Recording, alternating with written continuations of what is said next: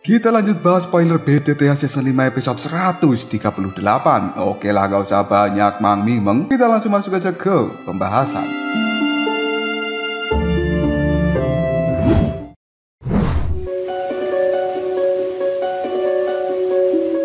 Kelompok Soyan yang mengikuti Yesong di dalam terbang selama setengah jam. Akhirnya mereka mendarat juga di bagian selatan dari kota Pil Suci ini. Di tempat itu sendiri ada sebuah halaman yang cukup luas dengan perumahan yang terlihat tua dan rusak. Dan sebenarnya itu adalah tempat tinggal dari klan Y terdahulu. Yesong menoleh pada kelompok dari Soyan yang ada di belakangnya. Kemudian dia mengatakan, ini adalah properti milik dari klan Y. Namun dengan penurunan klan Y, tidak ada lagi yang membersihkan tempat ini. Dan tentu saja tempat ini bukan tempat yang buruk untuk beristirahat sementara. Mendengar ucapan dari tetua Yesong, Soyan pun hanya bisa menjawabnya, tidak apa-apa, dan hal itu tidak menjadi masalah. Karena hari ini sudah semakin larut, maka kita semuanya harus segera beristirahat. Dan masih ada hal yang penting untuk dilakukan esok hari. Malam yang gelap kini telah menyelimuti seluruh kota Pil Suci. Soyan berdiri dengan tangan di belakang punggungnya yang ada di halaman kecil dari tempat tinggal klan Y ini. Dia mengangkat kepalanya dan melihat pada bintang-bintang terang yang ada di langit. Hal itu membuat Soyan mengerutkan keningnya. Selanjutnya, Soyan pun berkata, aku belum bisa merasakan sedikit pun riak yang terkait dengan api 3000 yang membakar sejak diriku memasuki kota Pil Suci. Kemungkinan api itu sedang disegel atau disembunyikan oleh para ahli dari Menara Pil. Keterampilan dari Menara Pil ini benar-benar rahasia. Sepertinya aku hanya bisa mengambil rute yang tepat. Baru saja Soyan berbalik dan akan menuju ke dalam kamarnya. Dia mendengar sesuatu yang membuat Soyan langsung menoleh. Dan ternyata yang datang ke tempat Soyan ini adalah Xiao Yixian. Sambil memandangi gadis cantik itu, Soyan pun bertanya, Xiao Yixian, kenapa kamu tidak beristirahat? Xiao Yixian pun menjawab dengan nada yang cukup manis. Xiao Suner telah memberiku perintah untuk melindungi dirimu. Dan bagaimana bisa aku pergi sebelum aku memastikan bahwa dirimu beristirahat? Mendengar kata-kata Xiao Yixian membuat Soyan tertawa. Karena gadis ini benar-benar mematuhi apa yang dikatakan oleh Xiao Suner. Selanjutnya, Soyan pun bertanya kembali, Xiao Yixian, seharusnya tidak ada masalah lagi dengan tubuh racun milikmu, bukan? Xiao Yixian berpikir sejenak, lalu dia menjawabnya, seharusnya memang sudah baik-baik saja. Dan saat ini, ada racun dan seukuran ibu jari di dalam tubuhku. Semua energi racun yang menyedihkan di dalam tubuhku telah ditekan di dalamnya. Dan aku, yang saat ini bisa sepenuhnya mengendalikan energi racun tersebut. Soyan menganggukkan kepalanya, kemudian berkata, baguslah, aku hanya bisa membantumu hingga titik ini. Dan kau hanya bisa mengandalkan dirimu sendiri tentang apa yang akan kau lakukan dengan energi racun di dalam tubuhmu di masa depan nanti. Dan kupikir tubuh racun yang menyedihkan itu bukan konstitusi biasa. Selain itu, tidak pernah ada orang yang bisa sepenuhnya mengendalikan tubuh racun yang menyedihkan di masa lalu. Dan aku sendiri juga tidak mengetahui bagaimana cara menyempurnakan racun dan apakah hal itu akan memiliki dampak pada dirimu di masa depan nanti.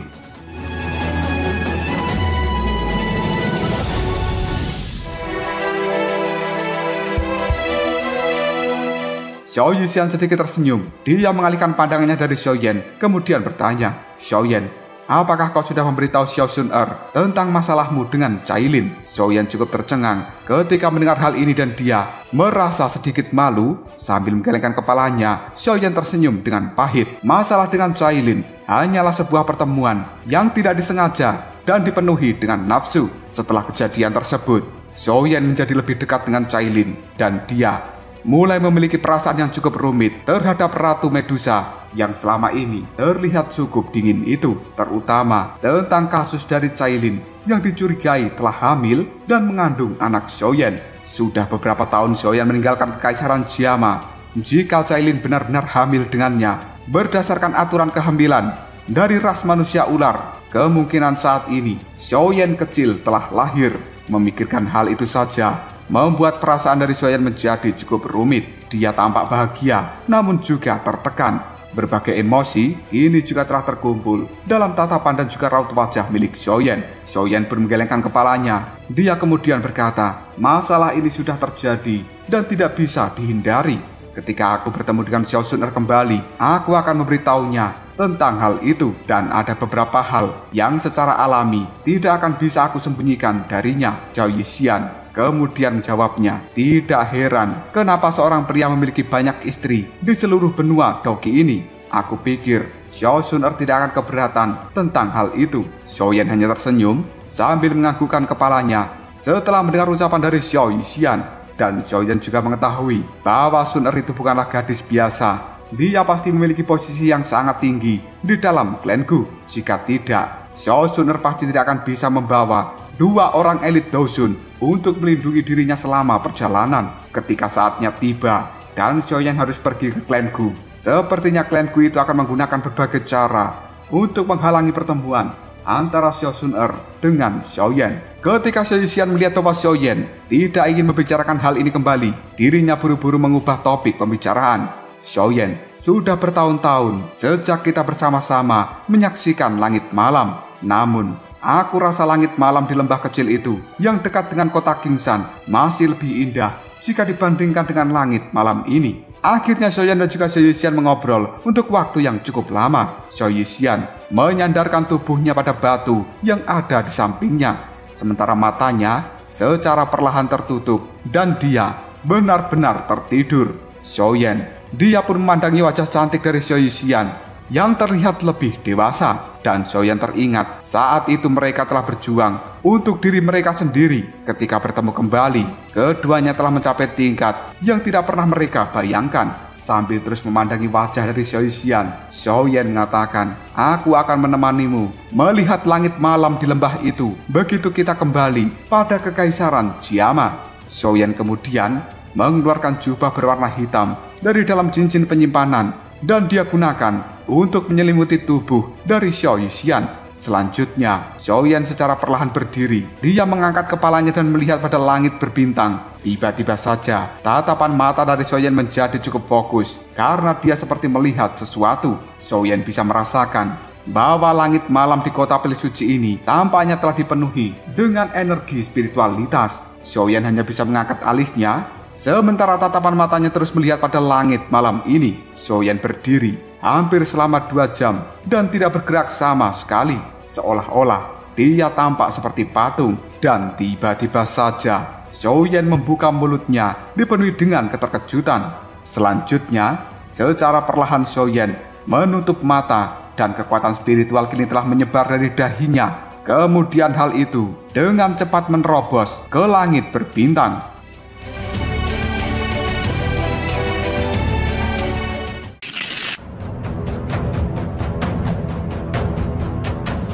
Dalam sekejap saja, Xiaoyan bisa merasakan sebuah energi misterius yang ada di langit ini dan seolah-olah membuat kekuatan spiritualnya terasa sangat panas. Xiaoyan yang terfokus mengendalikan kekuatan spiritualnya ini, tanpa sadar tubuh dari Xiaoyan memancarkan sebuah cahaya hijau yang cukup lemah. Dan sebenarnya, cahaya hijau ini adalah semacam energi misterius. Seseorang tidak akan pernah bisa melihatnya dengan mata telanjang. Sebaliknya, orang itu harus menggunakan kekuatan spiritual untuk bisa merasakan kemunculan dari cahaya hijau kecil di tubuh Xiaoyan ini. Rumput kuning yang ada sekitar tubuh Xiaoyan pun mulai kehilangan warna kuningnya di bawah pancaran cahaya hijau kecil ini. Tiba-tiba saja, sebuah kuncup bunga kini telah tumbuh dari rumput itu. Perubahan yang terjadi di sekitar tubuh Xiaoyan benar-benar tidak dia sadari. Sementara jiwa dari Xiaoyan sendiri yang sudah berada di langit berbintang benar-benar merasa semakin panas. Namun Xiaoyan bisa merasakan panas semacam ini sebagai perasaan yang cukup nyaman dan luar biasa kuatnya. Tiba-tiba saja kekuatan spiritual dari Xiaoyan pun menerobos ke sebuah tempat yang tidak diketahui dan membuatnya bergetar. Pada saat itu, Xiaoyan bisa melihat seekor naga raksasa yang sedang meringkuk. Kedua mata dari naga ini tertutup rapat, namun tubuhnya diselimuti oleh semacam api yang cukup aneh, yaitu api berwarna ungu dan hitam.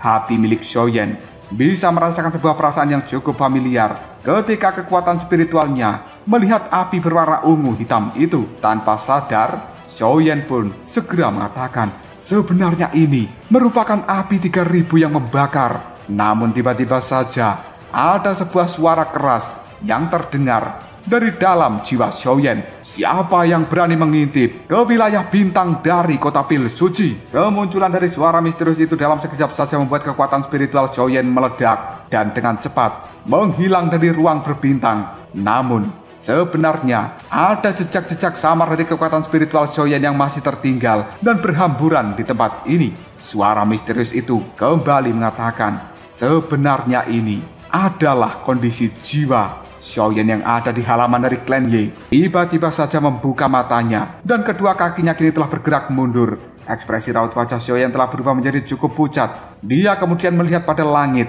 dari kota pil suci ini, yang kemudian Xiaoyan pun berkata, wilayah bintang dari kota pil suci. Sebenarnya tempat itu merupakan tempat disegelnya api 3000 yang membakar. Memang layak menjadi menara pil karena di tempat ini ada ahli yang sangat menakutkan. Tidak menyangka hanya karena sebuah teriakan, kekuatan spiritual milik Xiaoyan yang sebenarnya sangat kuat tiba-tiba saja dihancurkan. Dan Xiaoyan merasa bahwa kekuatan seperti ini kemungkinan adalah sesuatu yang hanya bisa dicapai oleh alkemis tingkat ke-8.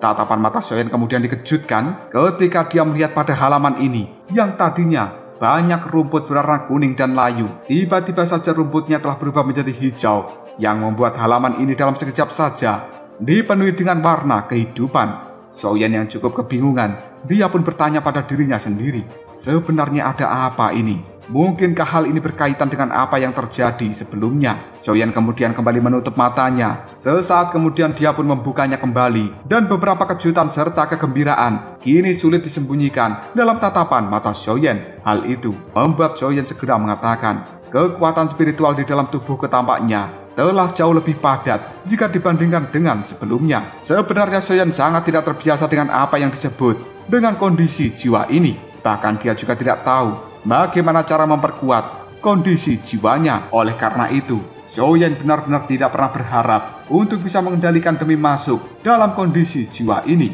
Meskipun hal itu tidak bisa dilakukan Xiaoyan secara sengaja, namun dia masih cukup senang karena setiap kali Xiaoyan memasuki kondisi jiwa, maka kekuatan spiritual di dalam tubuhnya juga akan meningkat. Xiaoyan secara perlahan meregangkan pinggangnya dan kemudian dia berkata, berdasarkan kecepatan ini sepertinya diriku akan segera bisa maju pada apa yang disebut dengan kondisi jiwa. Jika diriku sekali lagi memasuki kondisi misterius itu, maka diriku akan memiliki kepercayaan diri yang tinggi di dalam kompetisi pertemuan pil ini. Cerita kemudian berpindah pada sebuah ruang kosong di wilayah terdalam dari kota pil suci. Suara seorang pria tua kali ini telah terdengar di dalam ruangan itu.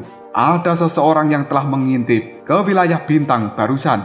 Namun, beruntungnya dia tidak membangunkan api 3000 yang membakar. Jika tidak, kemungkinan kita akan mengalami masalah kembali. Orang yang lainnya kemudian bertanya, apakah kau tahu siapa yang berani mengintip ke tempat itu? Tetua yang sebelumnya segera menjawabnya, tidak tahu. Tapi aku bisa merasakan bahwa orang itu memiliki kekuatan spiritual yang cukup kuat. Dan berdasarkan tebakanku, kemungkinan dia adalah seorang alkemis tingkat 8 yang telah melangkah pada kondisi jiwa. Sebuah suara yang lainnya pun tiba-tiba saja terdengar. Mungkinkah orang itu berasal dari aula jiwa? Karena mereka sangat tertarik dengan api 3000 yang membakar. Berdasarkan informasi yang telah aku peroleh, aula jiwa akan mengirim seseorang dan bergabung di dalam pertemuan pil kali ini.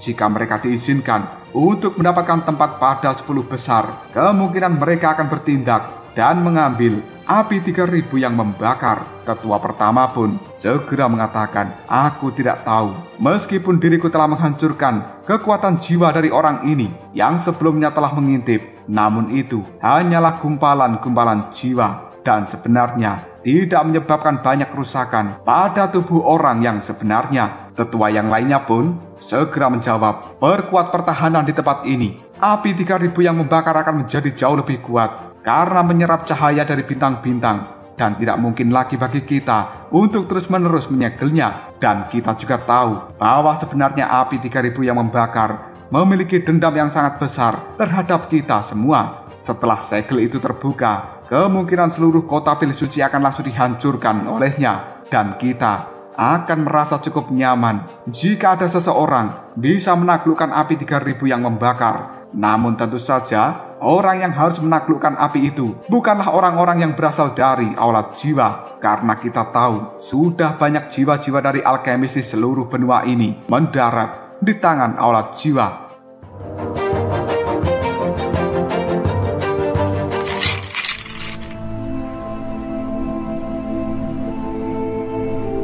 Tetua yang lainnya pun buru-buru mengatakan, orang-orang dari Aulat Jiwa, apa yang sebenarnya mereka rencanakan? Mereka benar-benar menangkap begitu banyak jiwa. Diriku menjadi cukup gelisah dengan yang mereka lakukan. Dalam sekejap saja ruang kosong ini telah berubah menjadi cukup sunyi. Yang tiba-tiba saja salah seorang tetua pun kembali berkata, aku telah mendengar kabar Bapak Yao Chen sebenarnya telah tertangkap oleh Aulat Jiwa. Tetua yang lainnya pun terlihat cukup terkejut yang kemudian mereka berkata, Yao Chen, orang itu pada awalnya harus duduk di antara kita bertiga dan menjadi salah satu dari kepala besar Menara Pil ini. Namun orang itu sebenarnya menolak untuk menjadi pimpinan di tempat ini dan Aulat Jiwa telah berhasil menangkapnya. Kurasa Aulat Jiwa ini benar-benar berlebihan. Seorang tetua yang lainnya kemudian berkata, aku pikir kalian semuanya juga telah mendengar tentang pertempuran besar yang terjadi di wilayah Pil beberapa waktu sebelumnya. Dikabarkan ada seorang pemuda di antara mereka yang merupakan murid dari Yao Chen. Mendengar hal ini, salah satu tetua pun tertawa, kemudian berkata, hahaha, murid dari Yao Chen. Aku sangat ingin bertemu dengannya. Dengan bisa dipilih oleh orang yang sangat pemilih menjadi muridnya, kemungkinan dia memiliki kemampuan yang luar biasa. Aku ingin tahu bagaimana murid dari Yao Chen ini bisa bersaing melawan klan Chao dan juga klan Dan. Kedua klan itu bisa dianggap seperti monster, dan berdasarkan momentum mereka, kemungkinan besar mereka akan memiliki kualifikasi untuk menjadi pimpinan selanjutnya dari Menara Pil ini 100 tahun kemudian. Salah satu tetua ketika mendengar hal ini kemudian mengatakan, sudahlah, lupakan saja tentang hal itu dan tidak perlu berpikir terlalu jauh. Pertemuan Pil akan segera dimulai dan kita harus mengaturnya dengan tepat. Adapun Aulat Jiwa, mereka mungkin memang kuat, tapi mereka tidak akan bisa melakukan apapun yang mereka sukai di tempat ini. Jika sampai sebuah konspirasi yang menggetarkan jiwa terungkap, maka klanku dan juga beberapa faksi kuno yang tersembunyi tidak akan pernah membiarkan Aulat Jiwa bertindak sesuka hati mereka. Saat ini, kita hanya perlu mencegah supaya api 3000 yang membakar tidak mendarat di tangan Aulat Jiwa. Mari kita bubarkan pertemuan ini, dan kita juga harus menjadi lebih berhati-hati selama periode waktu ini. Kedua tetua yang lainnya pun menganggukkan kepalanya, dan dalam sekejap, ketiganya ini telah menghilang dari dalam ruang yang kosong. Kita kembali ke tempat Xiaoyan dan juga Xiao Yixian. Kali ini Xiao Yixian telah terbangun dari tidur nyenyaknya, dan dia terlihat cukup terkejut ketika melihat pemandangan yang ada di halaman ini. Xiaoyan yang semalaman ini berlatih di atas batu yang besar segera membuka matanya, kemudian dia berkata, Xiao Yixian, sebenarnya kau sudah bangun. Xiao Yixian tersenyum dengan cukup cantik.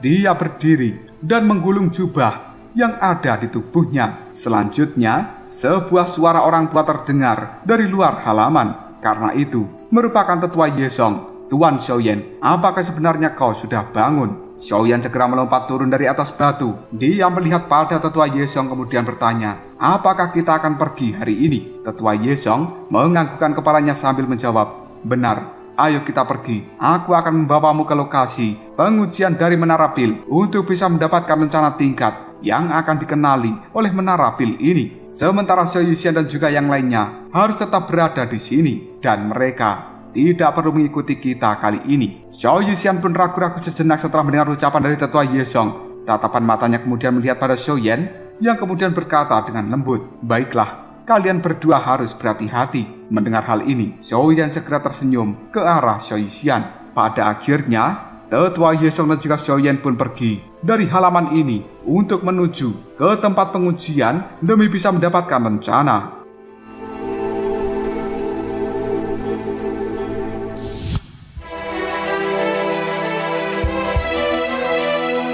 Setelah berjalan hampir 10 menit, mereka berdua kini telah tiba di depan menara batu kuno yang ada di luar dari kota Pil Suci. Dan tempat itu sebenarnya telah dipenuhi oleh banyak alkemis yang juga ingin melakukan pengujian. Sambil melewati banyaknya orang ini, Tetua Yesong pun berkata pada Xiaoyan, "Tuan muda Xiaoyan, tempat ini merupakan menara cabang yang didirikan oleh Menara Pil, dan hal itu sebenarnya cukup mirip dengan asosiasi cabang dari asosiasi alkemis di beberapa kerajaan." Tatapan mata dari Xiaoyan menyapu ke seluruh tempat ini dengan perasaan yang cukup takjub. Sementara Tetua Yesong jarinya menuju ke arah utara, kemudian berkata, "Menara bagian utara itu merupakan area transaksi dan banyak alkemis akan memperjualbelikan bahan obat, pil obat, dan juga yang lain-lainnya yang mereka butuhkan di sana. Namun, biasanya tidak ada barang-barang yang bagus yang muncul di tempat itu. Dalam 2 hari ini, kota pil suci akan mengadakan sebuah lelang khusus, dan lelang itu juga akan menjadi ajang di mana para alkemis bisa berdagang satu sama lain. Hanya alkemis yang diakui oleh Menara Pil yang memiliki kualifikasi untuk berpartisipasi di dalamnya.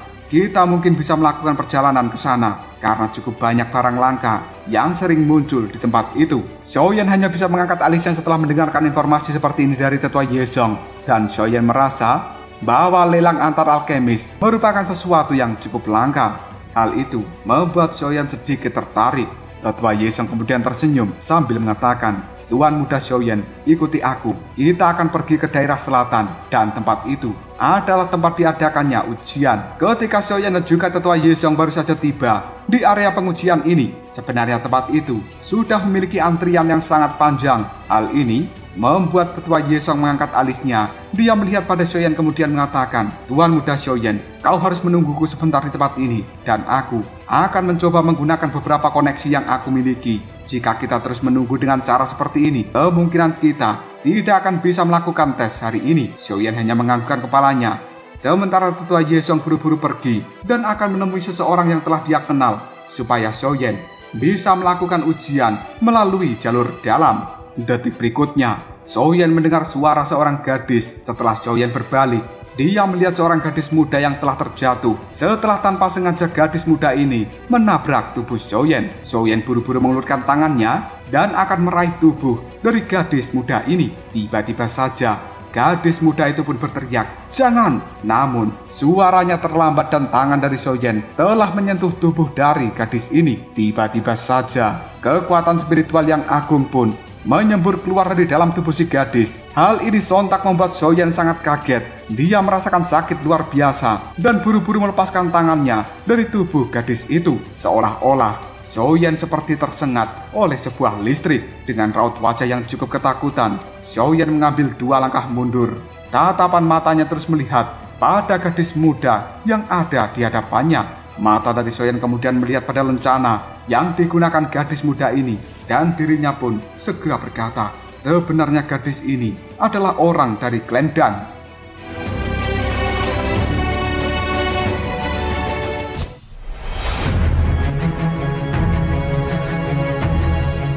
Gadis cantik yang ada di hadapan Xiaoyan ini adalah seorang gadis yang sepertinya berumuran 18 hingga 19 tahun. Selanjutnya, gadis itu pun mencoba berdiri. Kemudian dia bertanya pada Xiaoyan, "Apakah kau baik-baik saja?" Pertanyaan ini segera menyadarkan lamunan dari Xiaoyan karena dia cukup ngeri dengan adegan yang telah dia alami sebelumnya. Xiaoyan bisa merasakan sebuah kekuatan hisap yang cukup aneh dari gadis ini. Seolah-olah jiwa dari Xiaoyan akan tersedot keluar dari dalam tubuhnya. Xiaoyan pun menjawab pertanyaan dari gadis itu, "Aku baik-baik saja." Mendengar jawaban dari Xiaoyan, gadis ini pun terlihat sedikit terkejut karena Xiaoyan terlihat masih biasa-biasa saja setelah menyentuh tubuhnya. Sementara si gadis kembali berkata, "Aku minta maaf." Setelah mengatakan hal itu, si gadis ini pun buru-buru berbalik dan dia dengan tergesa-gesa pergi dari tempat ini tanpa menunggu jawaban dari Xiaoyan. Tidak lama kemudian datanglah Tetua Yesong yang kemudian berkata, "Tuan muda Xiaoyan, ikutlah denganku." Xiaoyan menoleh lalu bertanya, "Apakah kita sudah bisa masuk sekarang?" Dengan sedikit ragu, Tetua Yesong pun mengatakan, "Aku sudah berhasil mendapatkan ruang pemeriksaan khusus untuk dirimu. Namun ruangan ini sekarang sedang digunakan oleh beberapa orang, dan mungkin kita saat ini harus pergi, kemudian kembali esok hari." Mendengar ucapan dari Tetua Yesong itu membuat Xiaoyan segera bertanya, apakah orang yang sedang menggunakan ruangan ini mereka dari klan lain? Tetua Yesong segera menganggukkan kepalanya, kemudian dia berkata, kebetulan yang sedang menggunakan ruang itu adalah klan Bai dan juga klan Q.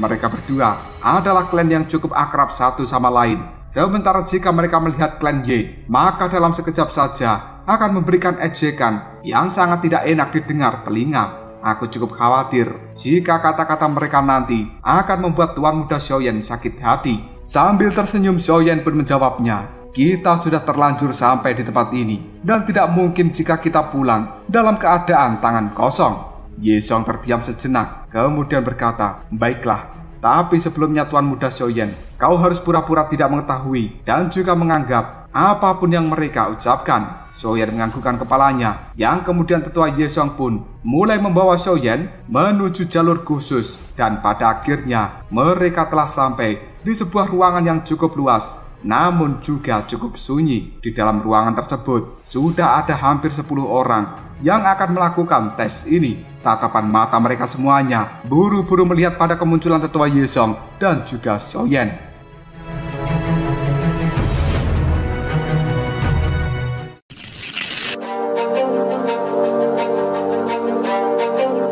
Seorang wanita tua tiba-tiba saja berkata, Ye Xiong, Ye Xiong, aku tidak menduga bahwa kau akan datang ke tempat ini dan membawa seseorang. Bukankah hal itu hanya akan mempermalukan dirimu sendiri karena kau akan membuat kesalahan yang sama? Xiaoyan pun melihat pada wanita tua yang sebenarnya di belakang wanita tua ini ada 2 orang pria dan juga 1 wanita yang cukup cantik. Namun tatapan dari wanita ini terlihat cukup dingin dan mengandung banyak penghinaan serta ejekan ketika melihat kemunculan Xiaoyan dan juga tetua Ye Xiong yang berasal dari klan Y. Sementara tetua Ye Xiong buru-buru berkata, Tuan Muda Xiaoyan, wanita tua itu adalah salah satu tetua dari klan Bai.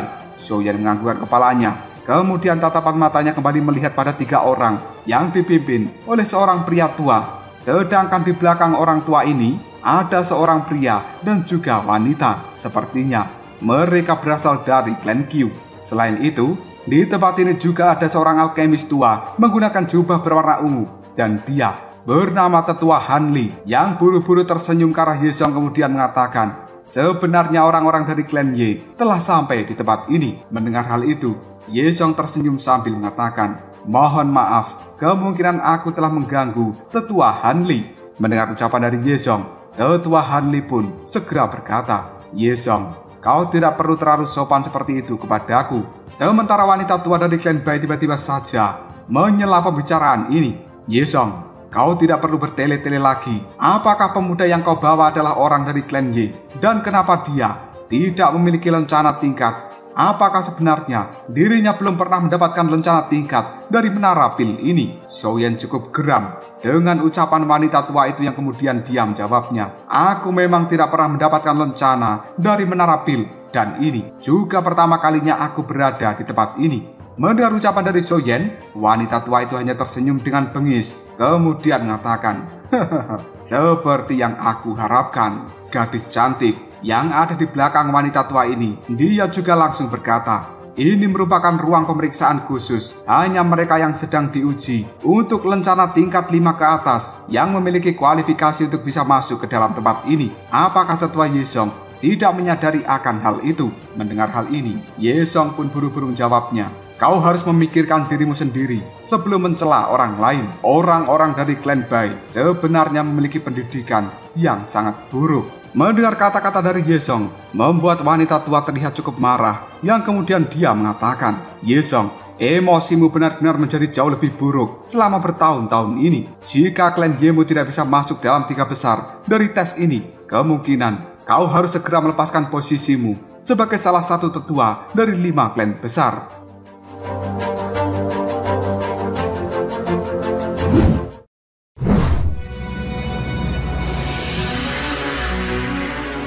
Tetua Han Li ketika mendengar perdebatan ini kemudian mengatakan, sudahlah, ini adalah kota pil suci dan ini bukan wilayah dari klan Bai milikmu. Jika ada yang keberatan tentang Ye Xiong yang ada di tempat ini, maka kalian orang-orang dari klan Bai bisa pergi dari tempat ini dan mengikuti tes di tempat lain. Semuanya hanya terdiam ketika diberikan peringatan oleh tetua Han Li. Yang selanjutnya, Tetua Han Li pun kembali mengatakan, tes ini akan aku lakukan sesuai urutan dari kedatangan. Dan yang pertama melakukan tes adalah klan Q.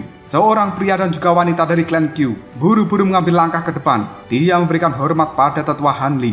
Yang hal itu membuat Tetua Han Li pun bertanya, lencana tingkat apa yang kalian berdua ingin coba ambil? Keduanya langsung menjawab, lencana tingkat ke-6, kelas menengah. Tetua Han Li pun cukup terkejut dengan hal ini, yang kemudian membuatnya menganggukkan kepalanya karena dia tahu sepertinya klan Q telah mendapatkan beberapa bakat di tahun-tahun ini. Tetua Han Li melihat pada pria dan wanita itu, kemudian dia mengatakan, kalian berdua harus menunggu terlebih dahulu dan sebentar lagi kalian harus masuk ke dalam gerbang Suan karena ujiannya akan dilakukan di tempat itu. Pria dan wanita tersebut menganggukkan kepalanya, kemudian mereka mundur satu langkah. Tetua Han Li selanjutnya mengatakan, klan Bai, majulah. Dua pria muda dari klan Bai buru-buru mengambil langkah maju dan mereka pun kini mengatakan, kita akan mengambil lencana tingkat ke-6 kelas menengah. Selanjutnya, gadis cantik berpakaian putih yang juga merupakan orang dari klan Bai buru-buru maju, kemudian berkata, aku akan mengambil lencana tingkat ke-6 kelas tinggi. Ucapannya itu membuat orang-orang dari klan Q hanya bisa mendengus dingin karena mereka tahu bakat dari klan Bai memang di atas mereka. Detik berikutnya, tatapan mata dari Tetua Han Li melihat pada Yezong. Kemudian dia mengatakan, Yezong, sekarang adalah giliran dari orangmu. Lencana apa yang akan diambil olehnya? Seluruh orang yang ada di dalam ruangan ini melihat pada Xiaoyan dengan penglihatan yang penuh dengan penghinaan. Sementara Xiaoyan secara perlahan maju. Lalu dia bertanya pada Tetua Han Li, tingkat tertinggi apa yang bisa aku ambil di dalam tes kali ini? Pertanyaan dari Xiaoyan itu membuat Tetua Han Li cukup terkejut, yang kemudian dia menjawabnya, batas tertinggi dari tes yang ada di tempat ini merupakan tingkat 7 kelas menengah, dan aku sendiri yang akan memberikan ujian itu. Jadi dirimu ingin mengambil ujian tingkat keberapa? Xiaoyan terdiam sejenak, yang kemudian dia menjawabnya, jika begitu aku akan mengambil ujian dari tingkat ke-7 kelas menengah. Kata-kata dari Xiaoyan itu dalam sekejap saja membuat orang-orang dari klan Bai dan juga klan Q mereka tersenyum dengan penuh ejekan.